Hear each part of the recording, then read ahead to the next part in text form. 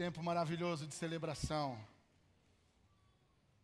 Que Deus nos abençoe e guarde a mim, a você, nós que aqui estamos, você que está acompanhando aí, seja lá de onde for, e que também acompanhará fora desse domingo com a gravação, que o Santo Espírito, o Espírito Santo, toque profunda e maravilhosamente o seu coração, o coração da sua família, que a palavra de Deus frutifique de forma muito, muito especial na sua vida, nas nossas vidas, nos nossos corações, nas nossas famílias, em toda a nossa caminhada e jornada, para a glória de Jesus. Eu, orando, entendi que nós precisaríamos conversar sobre os gritos da alma. Eu, pessoalmente, venho tendo, na minha jornada desse último 1 ano e meio, 2 anos, muitos gritos aflorando dentro de mim, dentro do meu coração. E, especialmente nesses últimos meses, nessas 2 últimas semanas, esses gritos parece que ficaram com um volume muito mais alto dentro do meu coração. Então eu quero compartilhar com vocês, esse tema, mas olhando para o livro de Salmos. Mas quero orar com você agora. Senhor Jesus, quando olhamos para a palavra do Senhor, nós suplicamos, vem falar com a gente, vem falar conosco. É isso que nós suplicamos, em nome de Jesus. Amém. E quero falar sobre esse tema olhando o livro dos Salmos. Você sabe que quando eu era pequeno, porque eu comecei a ler a Bíblia muito cedo, e a Bíblia ela me ajudou bastante no final da minha alfabetização. E eu não sei quantos de vocês sabem disso, mas tem um Novo Testamento que é distribuído nos hotéis e por aí afora, em alguns outros cantos também, que são dos Gideões Internacionais. Vem o Novo Testamento e depois, logo no finalzinho dos Gideões, vem o livro de Salmos. E quando eu era pequeno, olha só que garoto inteligente esse aqui. Quando eu era pequeno, eu ficava tentando pensar, eu falava assim, ué, mas por que colocaram Salmos? Por que não colocaram Jeremias, sei lá? Ficava pensando nos outros livros que eu também curtia muito. Por que Salmos? Aí eu fui lendo o Evangelho, lendo a Bíblia, mas o Novo Testamento e os Evangelhos, e aí eu falei assim, esse negócio aqui deve estar aqui por alguns motivos importantes. Eu acho que eu já descobri um. Jesus orava os Salmos. No Novo Testamento, quando você olha os autores do Novo Testamento, os evangelistas, eles citam muito o Salmo na hora de contar a história de Jesus. Quando você lê Paulo nas cartas, em suas cartas, as suas citações mais profundas e mais contundentes e mais basilares para a convicção filosófica, bíblica e teológica do apóstolo Paulo estão no livro de Salmos. Mas eu falei, mas o livro de Salmos é um resumão. Porque quando você lê o livro de Salmos, você percebe que ele é, de fato, um grande resumo. Passaram uns anos, e não é que eu descobri que um cara famoso pensou a mesma coisa, já tinha falado a mesma coisa, eu me achei tão chique. Martinho Lutero disse isso, que o Espírito Santo colocou bem no meio da Bíblia um resumo da Bíblia, que é o livro de Salmos. E esse livro de Salmos é um livro extraordinário, fantástico. Todo mundo gosta do livro de Salmos, não é verdade? Quando você está bem bad, fica meio ruim, tu vai lá, tem aquela mania de abrir a Bíblia no meio assim, aí toma cuidado para não cair em Jeremias, né? Ou Lamentações, você fica ali e tal. Aí você abre lá, pô, estou em Salmos, tal. É um jeito errado de ler Salmos esse. Aliás, é um jeito errado de ler a Bíblia. Você fica abrindo ali, vai que às vezes dá ruim. Você abre ali, não sei o quê. Quando você olha para isso, para o livro de Salmos, você sempre tem um salmo que é o seu salmo preferido. Cada um tem um salmo preferido ou salmos preferidos. Salmo preferido da minha mãe, Salmo 27. Eu tenho um monte de salmo preferido, e na disputa desses salmos, que são os meus preferidos, o meu é o 27 também. E a minha filha Sabrina, nós temos até um salmo preferido para nós dois. Sabe qual é? O 27. Nós estamos até esperando a hora e o momento para fazer uma tatu do salmo 27. Cada um tem o seu salmo preferido, ou o trecho do salmo preferido. Porque os salmos são esse texto extraordinário. É um resumo da Bíblia, é um resumo da história da redenção, e da história e da saga da humanidade e do povo de Deus. Salmos, saltérios, hinos, poesias, poemas, orações. Essas são as expressões que você pode dar ao livro de Salmos. Mas para mim, o livro de Salmos tem a ver com grito. Tem a ver com gritos. Gritos da alma. E os salmos são marcados por muita honestidade pelos seus autores. Algumas expressões assustadoramente honestas. Tem uns salmos que você lê lá que você fala, misericórdia. Mas está na Bíblia, aí você fica confusinho, confusinha. Porque são muito verdadeiro o autor. Muito honesto. E isso termina chocando uma sociedade e os religiosos que costumam viver as relações de maneira fake, de maneira blasé e de maneira posé. O livro de Salmos, ele arrebenta com essa proposta muito bem educadinha de se relacionar com Deus, consigo mesmo e com os outros. O livro de Salmos, ele é um livro que apresenta frases escancaradas da relação do salmista com Deus. Alguns chegam a dizer, eita, que agora blasfemou. Mas o livro de Salmos, eu gosto demais desse livro, porque ele quebra essa proposta fria, não verdadeira, teatral demais, na nossa relação com Deus, com a gente mesmo e também com os outros. E é interessante, porque do mesmo jeito que os salmos são apresentados como uma Bíblia dentro da Bíblia, no livro de Salmos tem 5 livros dentro do livro. 5 livros dentro do livro. São 150 salmos, que foram escritos num período de 500 anos. 73 dos salmos são de Davi, e estão ali, a maioria deles, a grande maioria, no primeiro livro e no segundo livro de Salmos. Tem outros salmos de Davi espalhados também no livro 3, no livro 4 e no livro 5, algumas frases de Davi. Mas os salmos de Davi, do rei Davi, estão ali no livro 1 e no 2. O livro 1 formado do Salmo 1 ao 41. O livro 2 formado com os salmos de 42 a 72, portanto os dois da época de Davi, a maioria do rei Davi. O livro 3, do Salmo 73 ao 89. O livro 4, do 90 ao 106, aí já é outra época. Quando você pegar uns salmos que está de 73 até 106, você está pegando salmos que foram cantados, que foram... essas composições são da época do cativeiro babilônico, a época mais terrível e triste do povo de Israel. E o livro 5, do 107 até o 150, se retrata os salmos do tempo pós-exílico, quando o povo de Deus volta da Babilônia, reconstrói os muros, reconstrói a cidade, reconstrói o templo. Mas quando eu olho e leio os salmos, eu vejo os gritos das almas humanas, eu vejo os gritos das pessoas, os gritos pessoais e os gritos comunitários, e vejo os gritos da minha própria alma. Quando eu olho para o salmo, eu falo assim, eita, que esse cara aqui, fui eu que escrevi isso aqui. O livro dos Salmos é um espelho fantástico que mostra realmente quem somos e do que somos capazes. Baita livro, livraço. E parafraseando um salmista contemporâneo cheio de baianidades,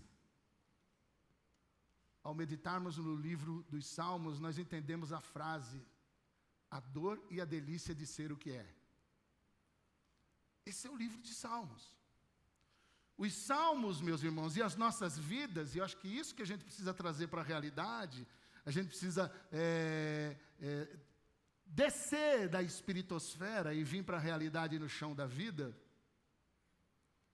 Os Salmos e as nossas vidas estão repletos de catástrofes pessoais e de catástrofes comunitárias, perseguições, desprezo, abandono, traições, falências, humilhações, fraquezas morais.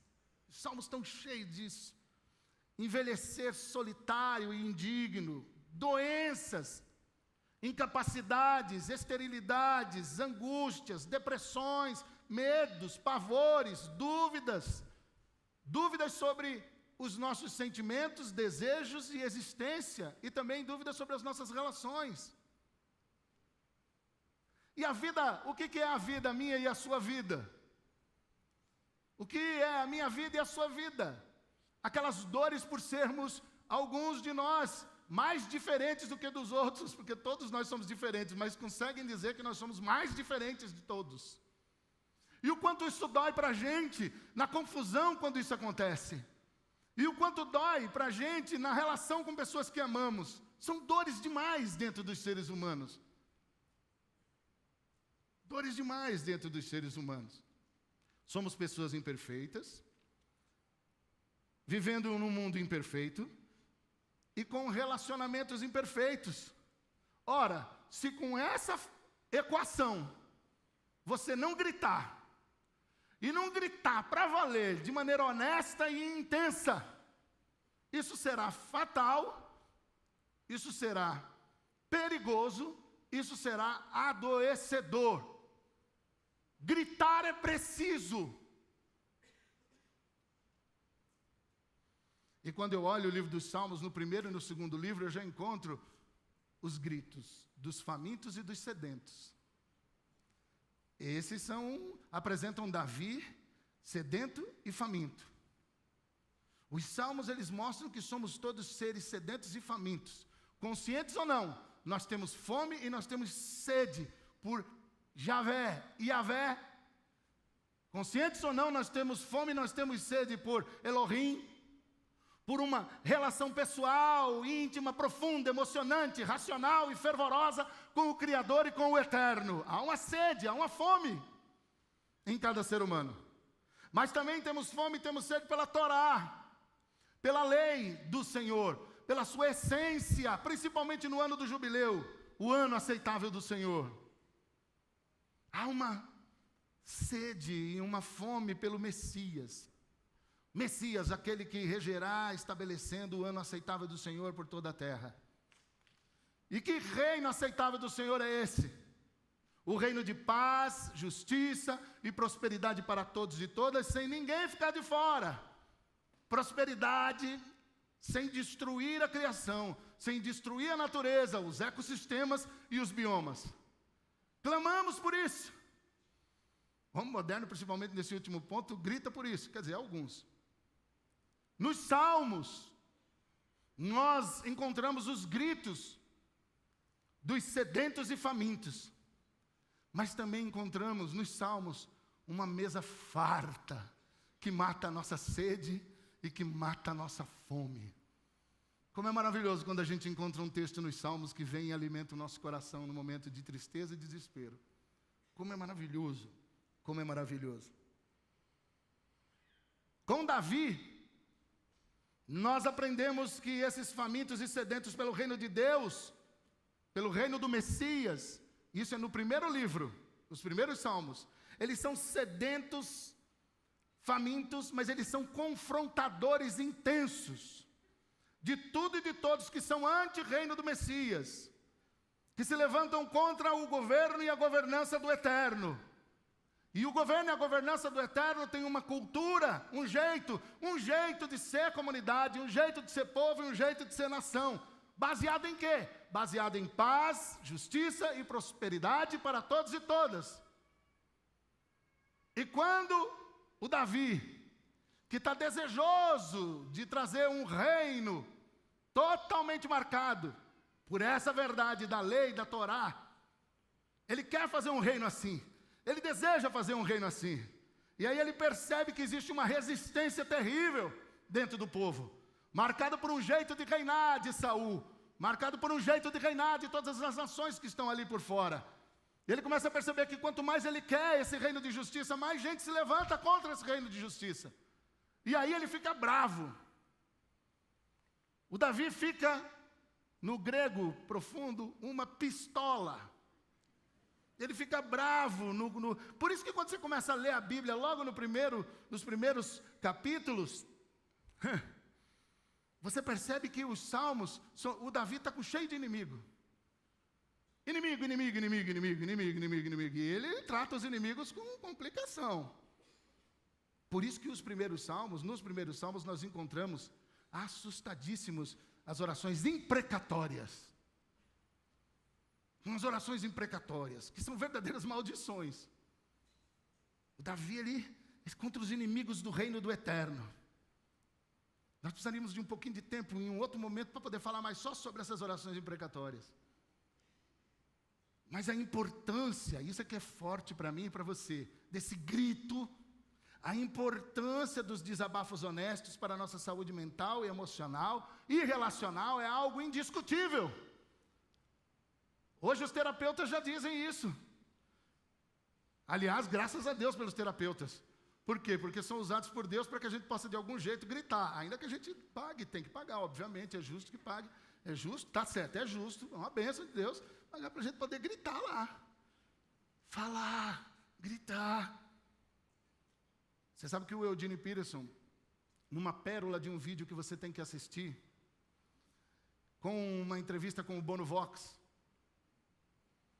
ele diz que os salmos imprecatórios nos apontam metáforas intensas e apontam a importância de termos um espaço e um lugar para gritarmos quando estamos loucos de ódio e de raiva. Como precisamos de espaços, de lugares onde a gente possa gritar todo o nosso ódio, nossa raiva que está aqui dentro.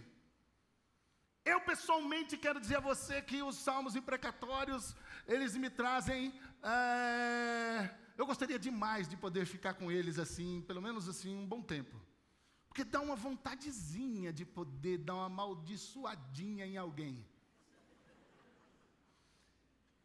Eu sei que esse não é seu caso, esse miserável pecador aqui, você nunca pensou nisso, nunca passou por sua cabeça isso daí, mas os salmos imprecatórios, eles trazem essa carga, sabe, essa carga forte de explodir de ódio. Mas como nós precisamos de amizades, como nós precisamos de grupos, de comunidades, onde eu possa gritar, onde eu possa ficar doido, e ser acolhido no meu grito de loucura. Mas vai que a gente faz um negócio desse perto de alguém que depois grava e põe no Face. Não dá para fazer. Mas como nós precisamos desses espaços. Como nós necessitamos disso. E o Eugene Peterson, ele diz naquela entrevista assim, que as orações imprecatórias são uma forma de maldizer sem maldizer. E eu falo, opa, é uma forma de maldizer sem maldizer, como é que é isso? Porque é difícil mesmo. Jesus de Nazaré, o Cristo, o Messias, ele orava os salmos. E ele teve alguns momentos de imprecações, que ele foi tomado por um espírito de imprecação. Você já leu o Evangelho, quando ele está falando lá em Mateus registrou, quando ele está falando com os fariseus, os religiosos, fariseus, lembra? Ele começa a falar, ai de vós, escribas e fariseus, ai de vós, escribas e fariseus. Não é? Aí ele solta uma frase bem bonitinha com os escribas e fariseus, não é? Hipócritas, olha que bonitinho, não dá para falar hipócritas assim, hipócrita, ô hipócrita, seu lindo, não dá para falar assim, é hipócrita mesmo. Jesus vai falando, ai de vós, hipócritas, e vocês, eu tenho agora uma ideia e uma imagem que representam vocês, seus sepulcro caiado, pintadinho por fora e podrinho por dentro. Olha, palavras de Jesus, o doce Salvador. Esse mesmo Jesus, o doce Salvador, ele é tomado por um espírito, uma energia de imprecação. Ele entra no templo, 2 vezes aparece no Evangelho, que é a purificação do templo. E o que ele faz? Irmãos, ele chuta o pau da barraca, exatamente. Chuta o pau da barraca. Porque ele é consumido pelo zelo do Senhor, ele é consumido pelo zelo da casa do Senhor, ele é consumido pela essência da Torá e da lei do Senhor, ele é consumido pela verdade do Deus que se revelou aos seres humanos, e os seres humanos estão entendendo outra coisa. E ele entra lá dentro e fala assim: ei, rapaz, vocês estão transformando a casa do meu pai em um covil de ladrões e de salteadores. Jesus, ele é extraordinário, inclusive, nesse momento. Por quê? Porque ele ressignifica tudo, inclusive as imprecações. Só ele pode nos ensinar como se vive essa afirmação, maldizer sem maldizer. Só Jesus. Nem eu sei ensinar isso para você. Só Jesus é que sabe ensinar isso daí. Mas é sempre bom lembrar que nós não somos discípulos de Davi. Nós não somos discípulos de Davi, do rei Davi. Nós somos discípulos de Jesus de Nazaré. Jesus de Nazaré, Davi é rei, mas Jesus de Nazaré que é o nosso rei. Davi é rei, mas nós já temos um Messias, não precisamos de outro. Jesus é o nosso Messias. É a ele que seguimos e é a ele que ouvimos. Seguimos a Jesus, o Messias, que resumiu toda a Torá, resumiu todos os profetas, resumiu todos os livros sapienciais, resumiu todos os livros poéticos, resumiu todos os livros históricos em um mandamento e uma regra de ouro. Mandamento: ame os outros como eu amei vocês. Olha que mandamento facinho. Ame os outros como eu amei vocês. E a regra de ouro qual que é? O resumo de toda a lei, de todos os profetas, de todo o Velho Testamento. Olha que poder de síntese divinal. Faça aos outros aquilo que você gostaria que fosse feito a você. Ponto. Aí você fala: o que mais? Não, só. Faça aos outros aquilo que você gostaria que fosse feito a você. Quer cumprir o Velho Testamento todo? Então, faça aos outros aquilo que você gostaria que fosse feito a você. Com Jesus nós aprendemos que a confrontação profética contra tudo o que é anti-reino de Deus é uma exigência. Quem não confronta profeticamente tudo o que é anti-reino de Deus está capitulando. É uma exigência. E é possível. E é saudável. Para você e para todos os outros. Essa confrontação contra tudo isso. Mas nós seguimos um mestre, que é um mestre maravilhoso, que é um mestre que acolhe o meu grito e o seu grito. Nos evangelhos aparece a história de um cego chamado Bartimeu, você deve lembrar disso daí. Um evangelista fala que eram 2, o outro fala que é um só. Eram 2. Mas o escandaloso mesmo era o Bartimeu. O Bartimeu, quando Jesus está passando, ele começa a gritar: Jesus, filho de Davi, tem misericórdia de mim. É claro que eu não vou gritar aqui agora com esse microfone, senão eu vou ferir os seus ouvidinhos. Mas ele gritava desesperadamente: Senhor, Jesus, filho de Davi, tem misericórdia de mim. E aí, sabe como é que é religioso? Os apóstolos já tinham entrado nessa vibe maldita. Aí os apóstolos chegaram e falaram assim: oh, para de gritar. Não está na Bíblia, mas eu fico imaginando a vergonha do outro cego.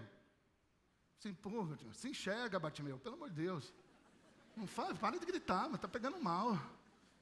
Presta atenção, Bartimeu. E ele gritava: Jesus, filho de Davi, tem misericórdia de mim.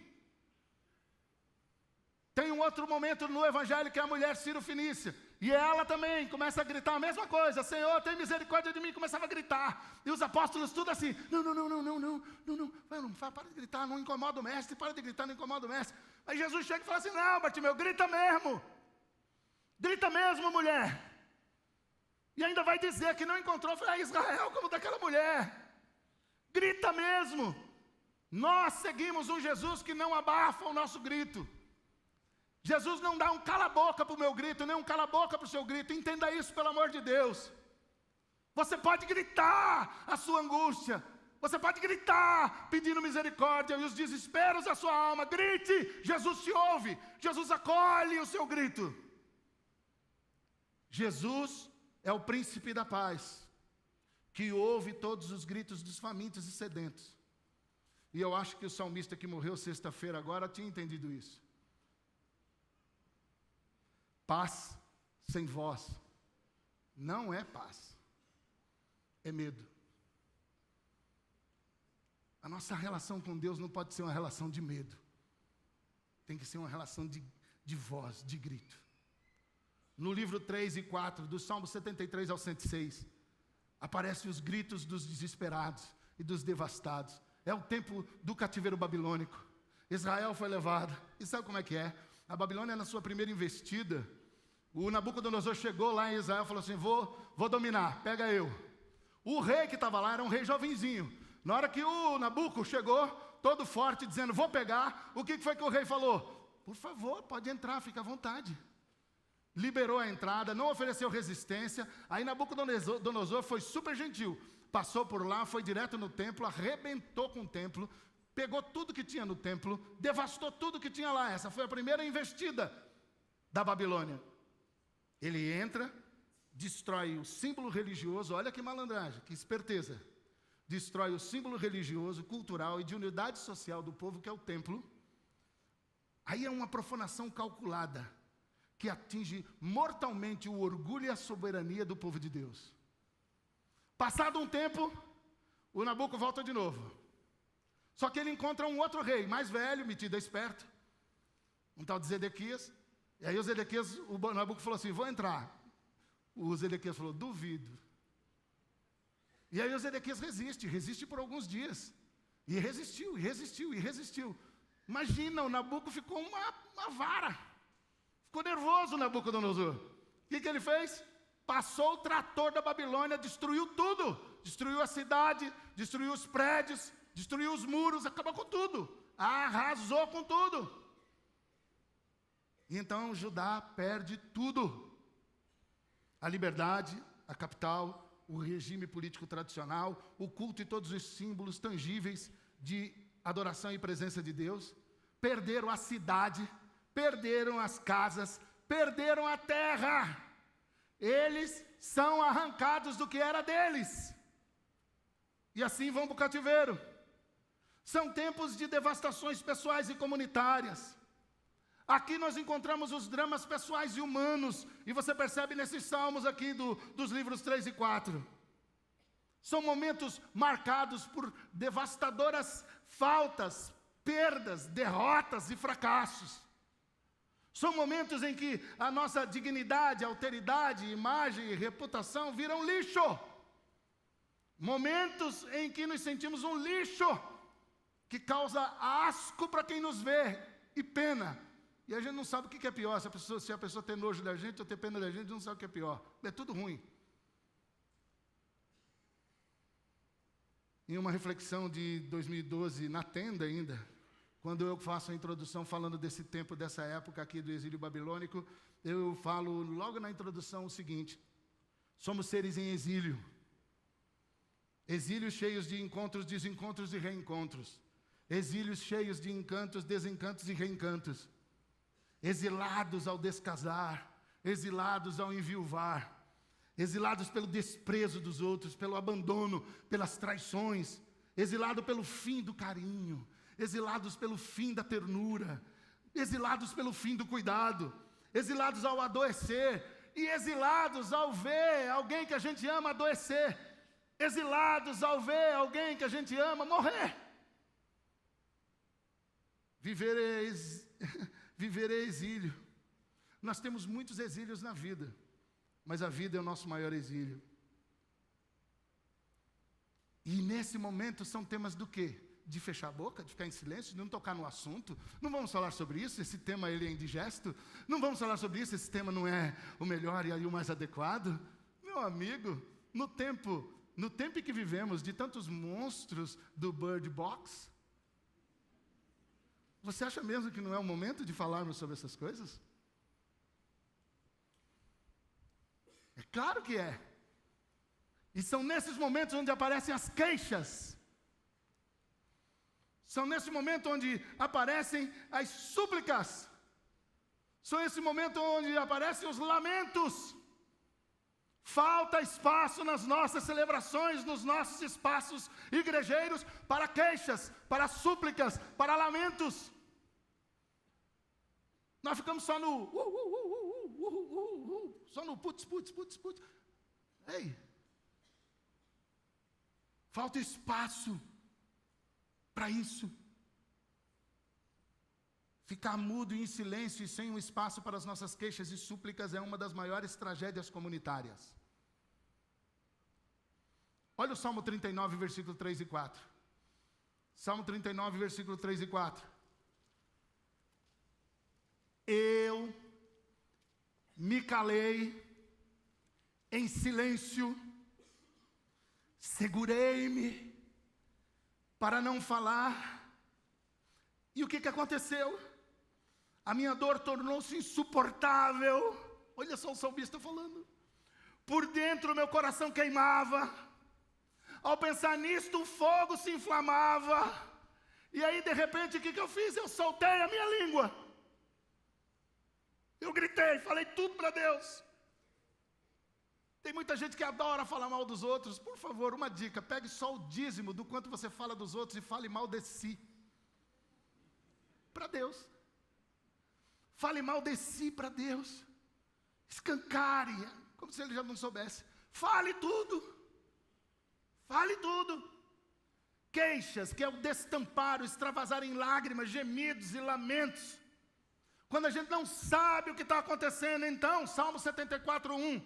Por que, ó Deus, rejeitar-nos até o fim? Vai continuar nos rejeitando. Aí chega uma hora que a gente perde a paciência. E diz, como diz lá no Salmo 13, versículo de 2 a 5, até quando, Senhor? Até quando, Senhor? Você tem medo? Tem medo de falar com Deus até quando? Até quando, Senhor? Meus irmãos, tem momento na nossa vida que algo errado não está certo.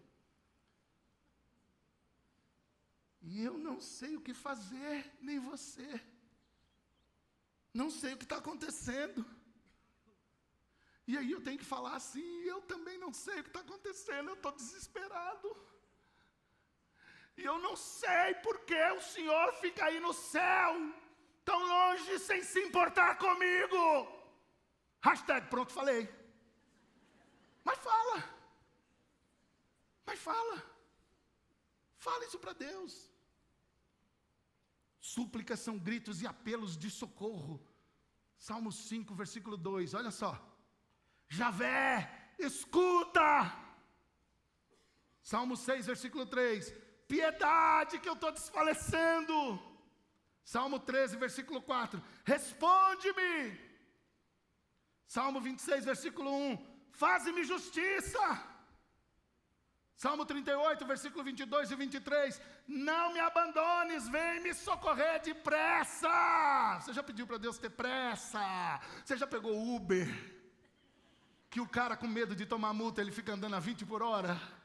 Você já pegou assim, gente assim, que você fica ali agoniado, porque senão o cara vai te dar uma estrela no final, e fica aquela crise, aquela falsidade dentro do Uber, sua, não sei o quê. Fala assim, Deus, se o senhor está vindo de Uber, manda ele correr, que eu pago as multas, mas chega logo, Deus! Chega logo, Deus, vem me socorrer depressa, Deus! Vamos, Deus, vamos, Deus, vamos, Deus! Salmo 119, versículo 121. Não me entregues aos meus opressores. E agora, esses são os gritos dos devastados. Os gritos dos desesperados. Já passou por alguma coisa assim? Só quem passou sabe. Tem muita gente que tem uma vida, e aí eu não vou nem dizer graças a Deus, porque você passar por uma vida que nunca teve problemas, você realmente é uma pessoa que precisa de muita ajuda. você, se não está dando trabalho, vai dar muito trabalho ainda. Nunca aconteceu nada comigo. Eu tenho uma vida que é uma maravilha, viu? Eu sou tranquilo, graças a Deus. Mó bênção. Estou na bênção. Já viu gente assim? Você vai conversar com ela, estou na bênção, está sempre na bênção. Sempre bem. Eu fico assim falando, meu Deus do céu, que mentirosa. Que mentiroso. Está sempre bem, está sempre legal. Está sempre uhul, está sempre assim. Ai, que horror de gente assim. E o pior, usa versículo que nunca podia usar. Eu acho que tinha versículo que tem gente que é assim e não podia usar. Tem texto bíblico que é esses salmos, inclusive, que nós vamos começar a falar daqui a pouquinho.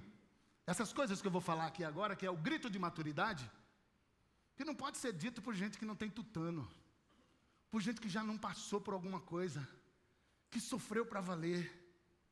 Sérgio Pimenta diz, só quem sofreu pode avaliar quem sofreu, pode se identificar, pode ter o mesmo sentir. Só quem sofreu tem palavras de puro mel. Paulo ensinou, com a consolação com que fostes consolados, vocês vão consolar os outros também. Agora olhem, esse grito de maturidade, os gritos de maturidade, esses são os gritos que eu quero dar e que você também queira dar também. É na devastação que surge a maturidade. Presta atenção no que eu estou dizendo. É na devastação que surge a maturidade. O salmista Estevão Queiroga canta assim. É um salmista. Quando eu parti, presta atenção nisso aqui, ó. Quando eu parti, partiu-se em mim meu coração. Meus pés tremeram ao pisar em outro chão.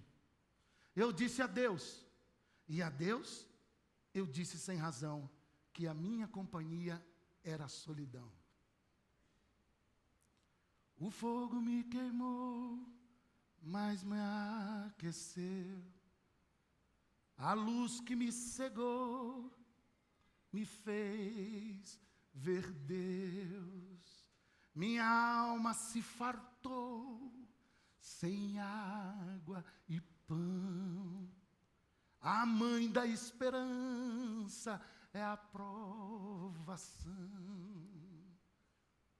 Olha que salmo lindo. Por sobre a estrada amanheceu e anoiteceu, e eu vi que os dias mais sombrios também são teus. O homem que eu parti de casa, olha que bonito isso. O homem que eu parti de casa se perdeu. E a caminhada fabricou um novo eu. A mãe da esperança é a provação. Isso aqui é um grito de maturidade. Isso aqui é um grito de maturidade.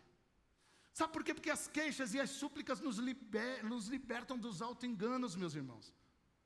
Nos libertam das distrações e das sublimações diante das nossas dores, horrores e tragédias. Elas ajudam a cair a ficha. As queixas e as súplicas e os lamentos nos ajudam a colocar o pé no chão e na realidade. Agora olha o Salmo 90, versículo 1 e 2. Salmo 90, versículo 1 e 2. Dê uma olhada aí. Aí a transição do livro 3 para o livro 4. Senhor, lembra?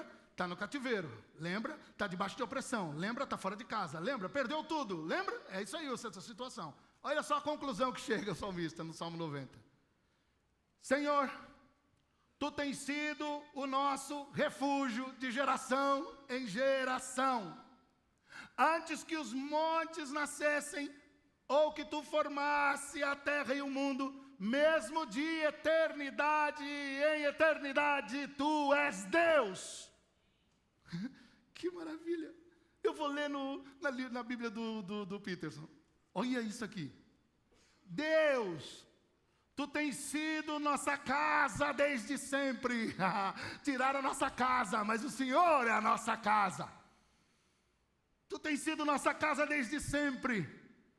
muito antes de as montanhas terem nascido, muito antes de trazeres a própria terra à existência, desde antes de qualquer coisa existir, até a chegada do teu reino, tu és Deus. Olha que grito extraordinário. Nos tiraram quase tudo. E é isso que é bonito quando esses salmos são cantados lá no cativeiro.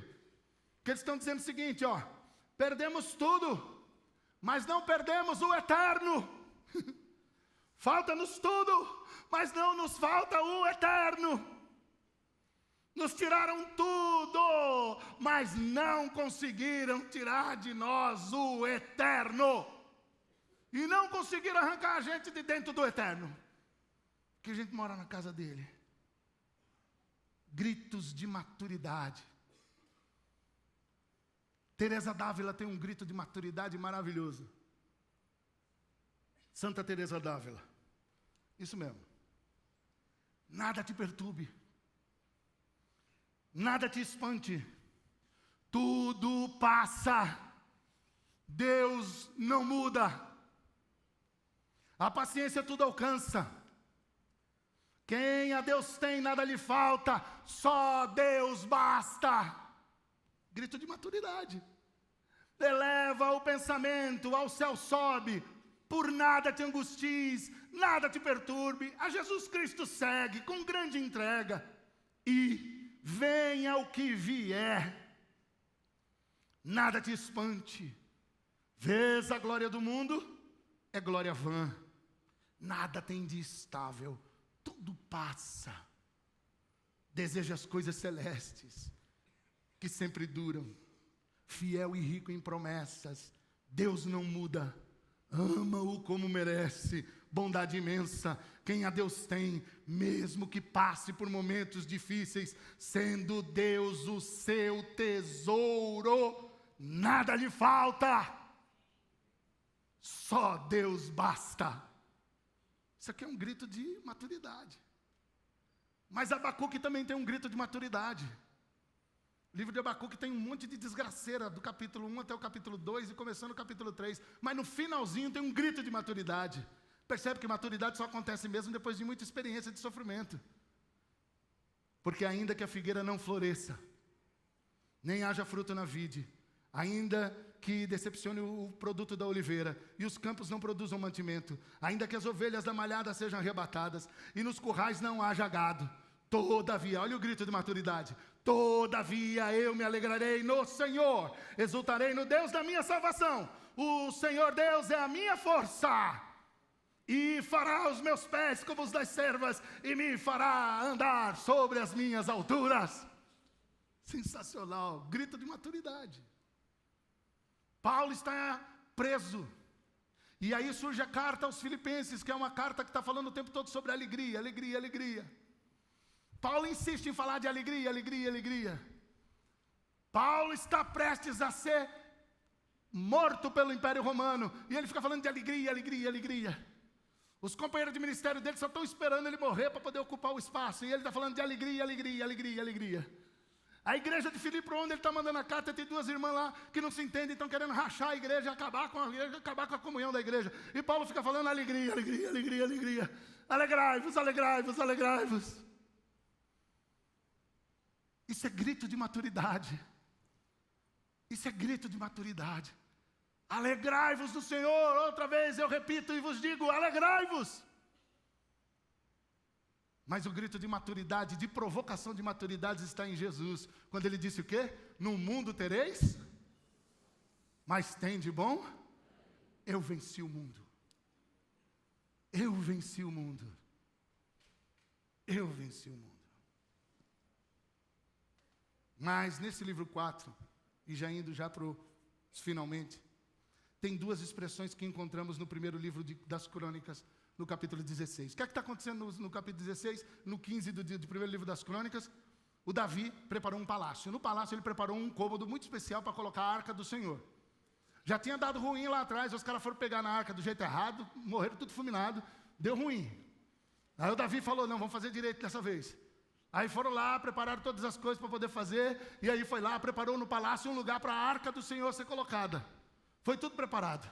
chamou os levitas, chamou quem manjava para poder fazer. Rei é rei, sacerdote é sacerdote. Não mistura as coisas. Não mistura as coisas que dá ruim. Ele falou assim, chama os levitas, chama os caras, e aqui chama Asaf, que daqui para frente nós vamos organizar o louvor. É isso aí, é com vocês mesmo agora, o negócio é com vocês. Vamos lá, vamos fazer tudo direitinho. Davi foi ficando contente. O pessoal de marketing falou assim, Davi, vamos chamar o pessoal, vamos disparar no Insta, vamos fazer viralizar, vamos chamar aqui, vamos fazer um festival. E Davi falou, vamos fazer uma festa, botou no Facebook, no Insta, colocou em tudo que é canto, fez videozinho, sabe aqueles vídeos, pílula? Fez, chamou todo mundo, Jerusalém lotou, bombou, todo mundo lá, trio elétrico, imagina.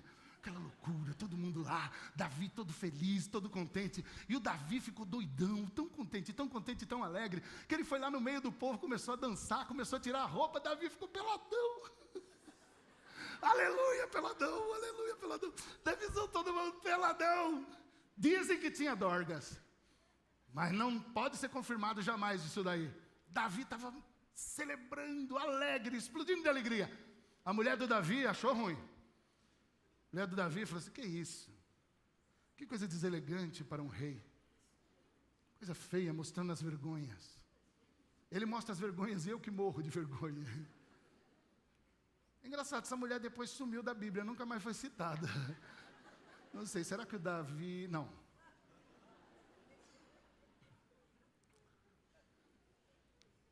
Lá naquele episódio, tem duas expressões que vão marcar o livro 4 dos Salmos. A primeira expressão é o Senhor reina. A segunda expressão é o Senhor está acima de todos os deuses. Primeira, o Senhor reina. A segunda, o Senhor está acima de todos os...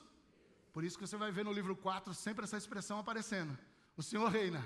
Só que dizer isso num lugar onde tem um rei, onde tem um opressor, onde tem um governo opressor, que manda em todo mundo, você cantar, dizendo o seguinte, ó, rei, o meu Senhor reina acima de você. O Senhor reina.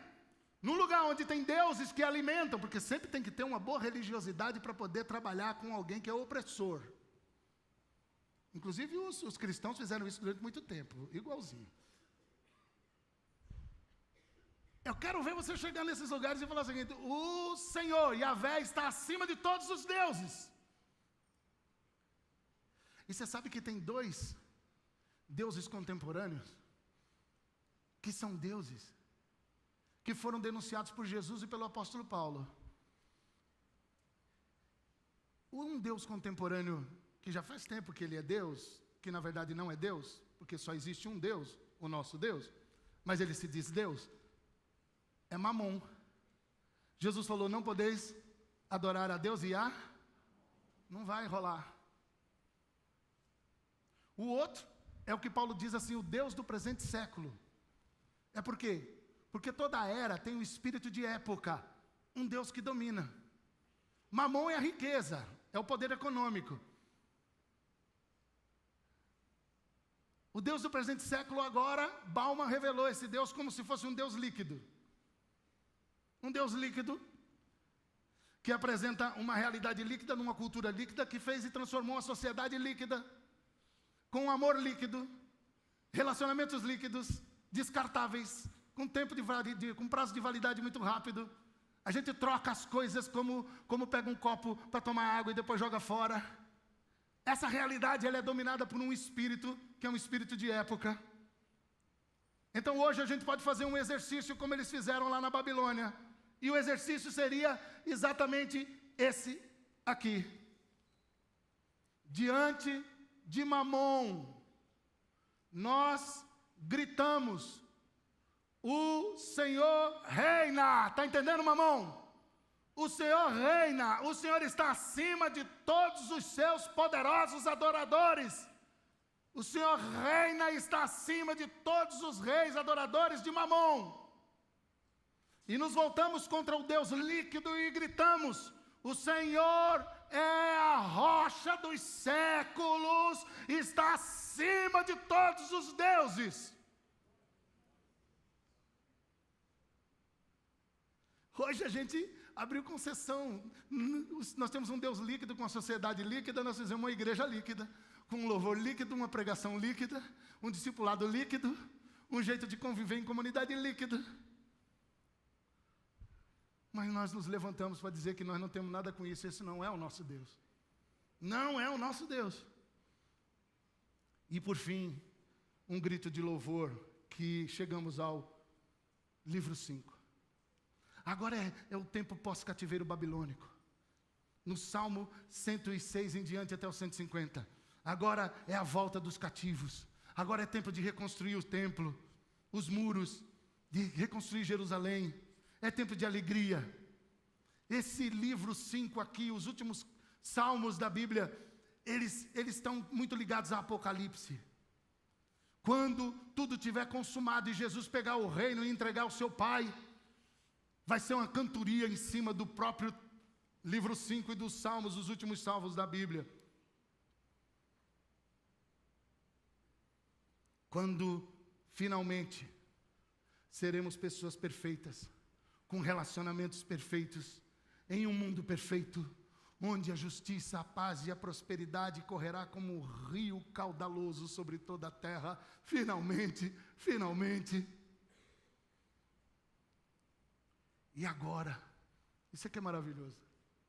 Hoje, em nosso contexto histórico, nós podemos ter flashes desse reino que já chegou.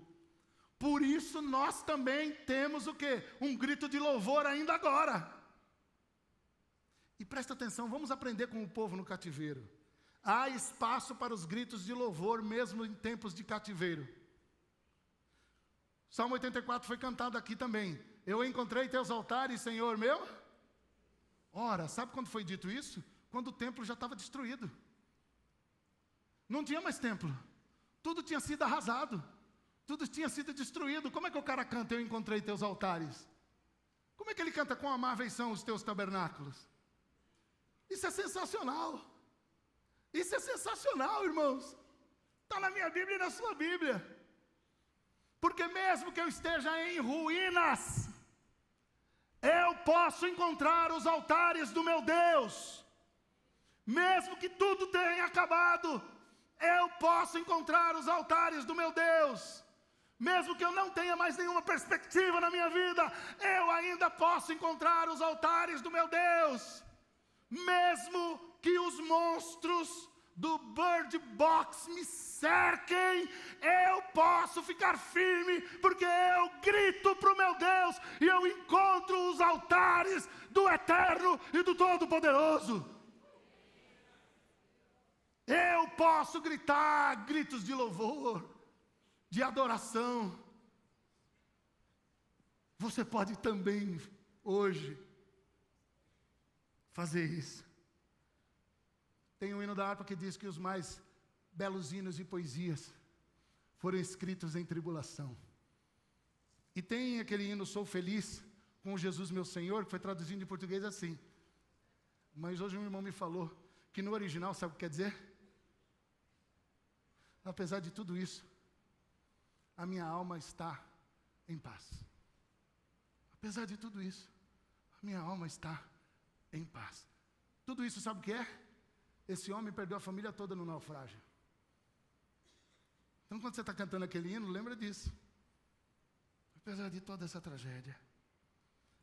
E eu tenho certeza que o Santo Espírito nos inspira e nos enche de momentos de júbilo, de exaltação, de adoração e de ações de graças em meio às nossas lutas e às nossas angústias. Por favor, você que está aqui e você que está me ouvindo, sei lá quando,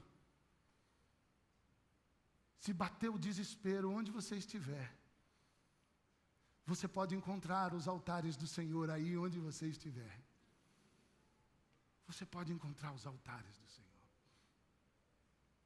E eu queria agora orar com você. Mas antes disso, eu queria que você se levantasse aí, por favor. Ó.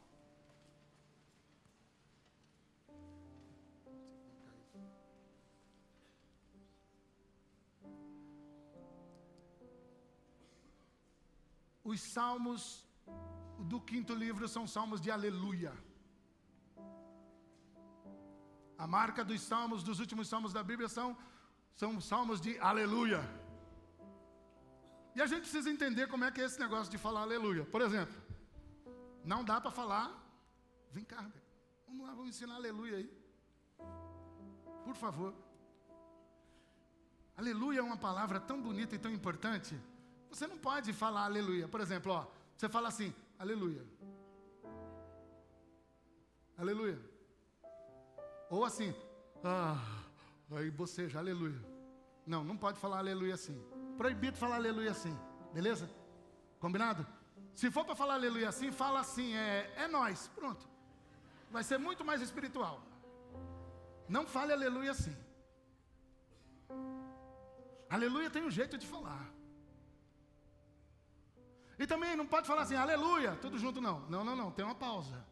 Tem um movimento tem um crescente. É um negócio assim, ó. Aleluia. Por quê? Porque o Iá é a expressão para Yahvé. E aleluia significa louvemos todos ao Senhor. Então quando você está falando aleluia, você está falando louvemos todos ao... Aí você dá uma pausinha aí, Senhor, ok? Mas você não vai falar Senhor, porque não é legal, não é chique. Você fala o quê? Yah. Beleza? Aleluia é uma palavra tão bonita que até em Libras sai alto. Quer ver? Olha lá, como é que faz aleluia? Prenda aí aleluia. Olha que legal. Vai aí, pessoal, todo mundo aí no fundo. De novo. De novo. Agora eu sou meio assim, ó.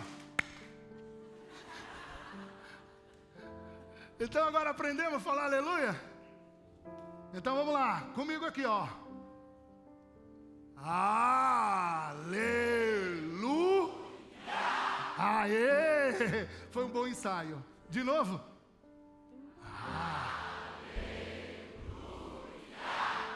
Aleluia! Aleluia! Glória a Jesus!